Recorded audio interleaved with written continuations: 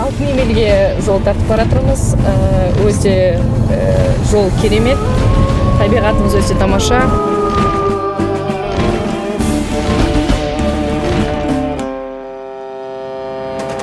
Вы не знаете Алтын Емель? Орк это или что?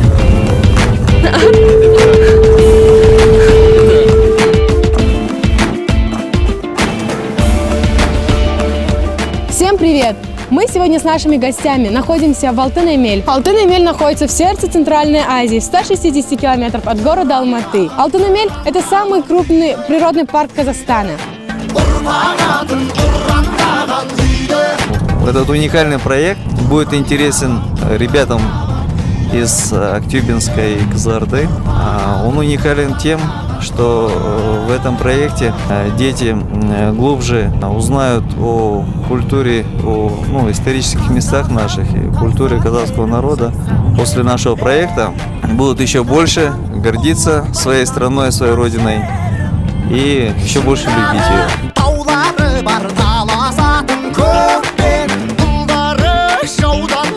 Біз Алтын Емел мемлекеттік ұлттық табиғат паркіне келдік. Туған елге тағзым проекті бойынша балаларды осы паркке алып келдік.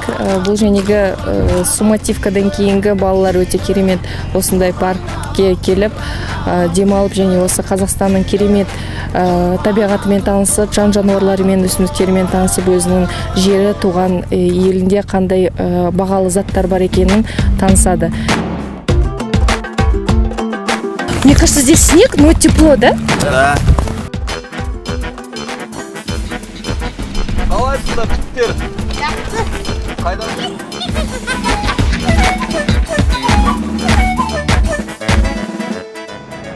Тұраным, айбат берім, айрат берім. Бізге айтты, қалың киімдерімді әкеліңдер деп соған біз қысқы киімдер алып келдік. Андай лыжыға барасыз киімдер. Ол не, музей ма? Не ол? Алтын Емел мемлекеттік ұлттық табиғи паркі. Бұл жерде сіз көруіңіз мүмкін тарихи ескерткіштер көресіздер. Бұл жерде небір тарихи оқиғаларды білесіздер. Және де бұл тарихпен астастыра отырып, биологиялық, химиялық жағынан да түрлі өсімдіктермен танысуға болады.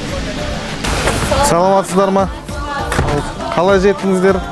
Жол ауыр болды ма? Алтын Емел ұлттық паркіне қош келдіңіздер. Алтын Емел асуынан өттіңіздер ғой. Сол жерден біздің территория басталады. Мынау Баши деген ауыл Алтын Емел ұлттық паркының орталық офисі осы Баши ауылында орналасқан. Алтын Емел Қазақстан бойынша ең үлкен ірі ұлттық парктың бірі. Бүкіл көлемі 520 мың гектармен тұрды. Енді мына Алтын Емел ұлттық паркымен жақынырақ танысу үшін бізде биыл ғана мына визит центр ашылды.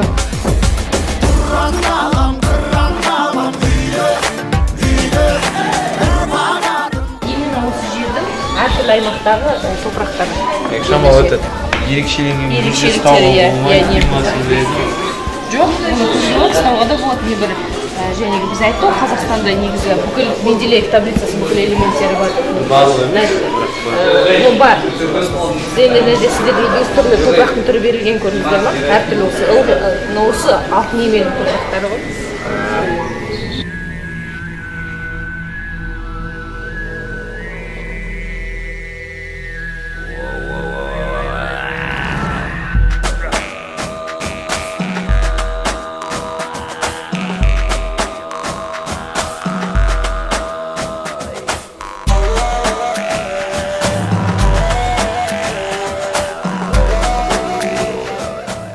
Ауа райын сезіп тұрған жастар қандай керемет, да?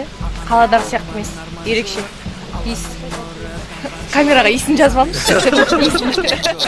Қырықтың бірі қонған жұрт, отырар болып қорғанып, Түркістан болып қомданып, алтындай қымбат аймаққа, алтын орда боп орнадық. Ұлы жүз болып қауғалып, ұлы бір өрттей қауладық.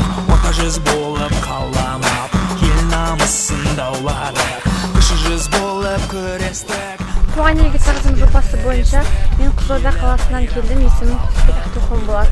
Және де осы ғаламтордан көптеген мәліметтер қарай келе, бұл Алтын Емел саябағы Жетісу алатауының оңтүстік сілемдерінің арасында 1996 жылы құрылған екен. Бұл Алтын Емел саябағының флорасы мен фаунасының соншалықты бай болғаны соншалық өсімдіктердің өзінің 1500 түрі өссе, оның 22 түрі қызыл кітапқа енгізілген екен. Және де осы жердегі сапардан бір байқағанымыз, Қызылорда мен Алматының тағы да бір өзара ұқсастықтары бар екен. Себебі осы Алматыдағы Алтын емел саябағындағы айғай құмы мен Қызылорда қаласындағы Көкшетау кесенесіндегі қобыз залға болады. Яғни екеуі де бірдей жел шығарған кезде өзіндік дауыс беріп, өзіндік ерекшелікке ие болады. Және біздің ойымызша осы Алматының осындай үлкен заңғар таулары Алматы облысының одан әрі көкін аша келеді деп ойлаймын. Алтын емел мемлекеттік ұлттық табиғи паркі 1996 жылы 10 сәуірде Қазақстан Республикасының үкіметінің қаулысымен құрылған. Құрылу мақсаты жойылып бара жатқан өсімдіктер мен жан-жануарлар дүниесін сақтап қалу мақсатында. Болашақ ұрпаққа осы қаз қалпында қалдыру мақсатында.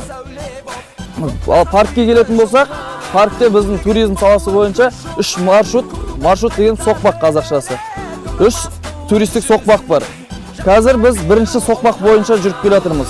Қазір сендер тұрған жер Шоқан Уәлиханов атамыздың атына аталған Бастау. Бастау дегеніміз ол родник. Осы жерде ол кісі аялдап, осы жерді зерттеп, өзінің зерттеу жұмысын ары қарай жалғастырған. Ол көбінесе Исіккөл, Қырғызстан жақты зерттеген мәдениетін, салт дәстүрін. Ал қазір сіздер Айғайғұмға барамыз. Айғайғұмның биіктігі 150 метр. Ені 3 километр. Жалпы алып атқан аумағы 240 гектар жерді алып атыр. Ол құм жылдар бойы, ғасырлар бойы сол орында қалыптасып өз жерге жиналған құм, ол табиғи. Оны ешкім қолмен әкеліп жинаған жоқ. Қазір қарап тұрсаңыздар, бұл құмның өзін екі шетін қалқан тау дейді, тау қоршап тұр. Ал қазір менің оң жағымда тұрған, міне көрсетем, арттарыңызда тұрған тау, ол кіші қалқан деп аталады.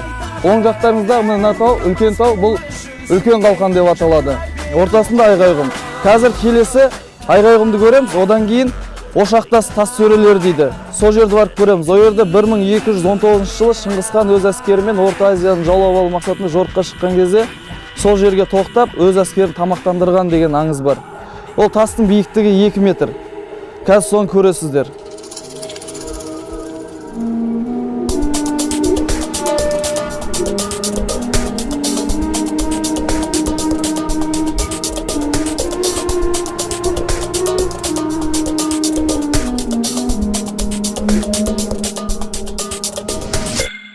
Bileyim Mısır'da bir barız babam Bahadır kimingir akıl güyüdanam Urpağı jalan kız əmirlik etip Шығыста Самарқан шақарын салған Таңба басқандары тастарыға Міне достар, біз Айғайғұмға да жеттік. Бұл жерде жаздың күні адамдар сноубордпен жаңбыр тебеді. Мына әдемі келбетті тамашалаңыздар. Елері қонған атына билеген жарты ғаламда.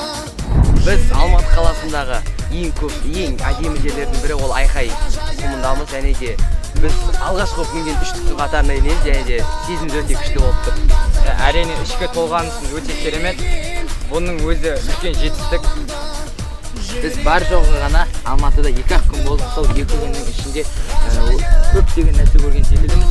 Және де бір 2 күн емес, 1 айдай жүрген секілдіміз осы Алматы қаласында. Және де осыны ұйымдастырған барлық адамдарға алғысымызды айтамыз.